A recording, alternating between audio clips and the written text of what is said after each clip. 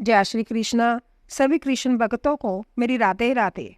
आज हम श्री कृष्ण जी के भक्त की कथा का श्रवण करेंगे कि कैसे श्री कृष्ण जी अपने भक्तों पर अपने प्रेम और करुणा बरसाते हैं। जो भक्त सारे आसरे सहारे छोड़कर श्री कृष्ण जी को भजते हैं, श्री कृष्ण उनके कार्य संभालते हैं। आइए श्री कृष्ण के भक्त बैद जी की कथा। वृंदावन में एक बैद जी रहते थे। वह श्री कृष्ण के भक्त थे। उनकी श्री कृष्ण पर अपार आस्था थी। वह श्री कृष्ण की भक्ति में मगन रहते थे। वह अपनी पत्नी से कहते कि तुमको दिन भर के लिए जो भी सामान चाहिए एक चिट्ठी में लिख दिया करो। वैद जी जब दुकान पर जाते तो चिट्ठी पढ़ते, सामान के भाव देखते और श्री कृष्ण जी से प्रार्थना करते कि कन्हैया आज के सामान की व्यवस्था कर देना।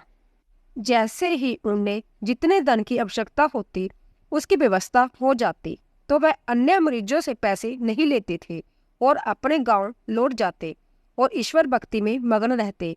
यही उनका हर रोज का दिनचर्या था। एक दिन वैद जी ने दुकान पर आकर चिट्ठी खोली तो एकदम से सन्न रह गया, मानो आंखों के आगे तारे चमकने लगे। लेकिन अगले ही पल श्री कृष्ण पर विश्वास कर संभय को संभाला। पत्नी ने राशन के सामान के नीचे लिखा था कि बेटी के दहेज का सामान। राशन के सामान के आगे उनके पाप लिखे दिए, लेकिन दहेज के सामान के आगे लिखा दिया यह काम कन्हैया ही जाने। बैद जी मरीजों को उनकी बीमारी पूछकर दवा दे ही रहे थे कि इतने में एक बड़ी सी कार आकर उनकी दुकान के आगे रुकी। उनमें से एक सज्जन गाड़ी में से निकला और उन्हें प्रणाम कर बेंच पर बैठ गया।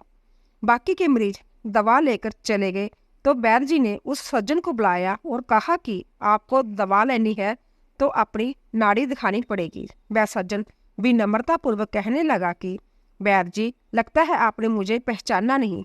मैं आज से 15-16 साल पहले आपकी दुकान पर आया था। मैं इंग्लैंड में रहता हूँ। इंग्लैंड जाने से पहले ही मेरी शादी हो गई थी, लेकिन हमें बहुत सालों तक औलाद का सुख प्राप्त नहीं हुआ।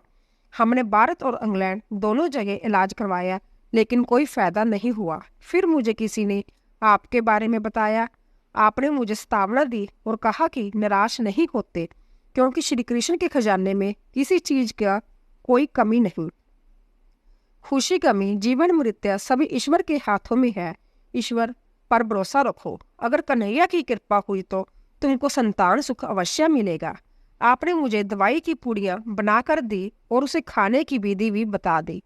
आपने उन पुड़ियों के लिफाफों पर श्री राधा कृष्ण का नाम लिखकर मुझे दे दिया। जब दवा लेने के पश्चात मैंने आपसे दवा के पैसे पूछे तो आपने कहा कि पैसे देने की जरूरत नहीं है। लेकिन जब मैंने पैसे देने के लिए जोर डाला तो आप कहने लगे कि मैंने आज का खाता बंद कर दिया है।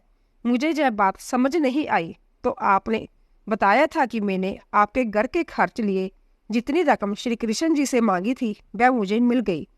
अब मैं किसी से भी पैसे नहीं ले सकता। आपके विचार सुनकर मैं बहुत प्रभावित हुआ और आपको प्रणाम कर लौट आया। घर जाकर मैंने अपनी पत्नी को सारी बात बताई। वह कहने लगी कि वह वैद जी को जरूर देवता पुरुष होंगे। उसने विश्वास कर दवाई खाई। उसके पश्चात मेरे 3 बच्चे हुए। हम पति पत्नी हर समय आपको धन्यवाद देते हैं। वैद जी, मैं तो पत्नी और बच्चों के साथ इंग्लैंड में ही रहता हूँ, जहाँ वृंदावन में मेरी एक विधवा बहन रहती है। मैं परिवार सहित अपनी भांजी की शादी के लिए वृंदावन आया हूँ। अपनी भांजी की शादी के दहेज का सारे सामान का खर्च मैंने ही उठाया है। दहेज का सारा सामान इकट्ठा हो चुका था, लेकिन अचानक बीमार होने के कारण मेरी भांजी की मृत्यु हो गई। भांजी की मृत्यु के पश्चात मुझे न जाने क्यों आपकी बिटिया का ख्याल आया, क्योंकि जब मैं आपसे दवा लेने आया था तब मैंने आपकी बिटिया को देखा था। मुझे लगा कि अब तो विवाह योग्य हो गई हो। इसीलिए मैंने और मेरे परिवार ने निश्चय किया है कि आपसे पूछकर दहेज का सारा सामान आपके घर पर भिजवा दिया जाए। मैं शादी की बाकी के खर्चों के लिए नकदी पैसे भी देना चाहता हूँ। आपसे विनती है कि मना मत करना। उनकी बातें सुनकर बैद जी विस्मित थे। बैद जी पत्नी की लिखी हुई चिट्ठी उनको दिखा दी। बैद जी कहने लगे कि जब सुबह मैंने दुकान पर आकर चिट्ठी खोली तो पत्नी ने राशन के सामान के बाद लिखा था बेटी के दहेज का सामान। मैंने उसके आगे लिख दिया था कि जय काम कन्हैया ही जाने। मेरे जीवन में आज तक कभी ऐसा नहीं हुआ कि जो चिट्ठी पर लिखा है वह मुझे मिला ना हो। वैद्य जी बोले कि मुझे आपकी बांजी की मृत्यु का दुख है, लेकिन मैं बसीमत हूँ कि कन्हैया अपने कैसे कैसे रंग दिखाता है। चिट्ठी देखकर वह सज्जन भी बसीमत थे।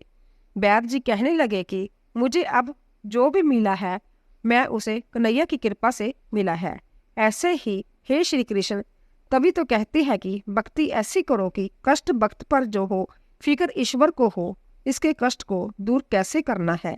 बोलो श्री कृष्ण भगवान जी की जय। जैसे वैद्य जी के दुख दूर किए, सबके दुख दूर करना।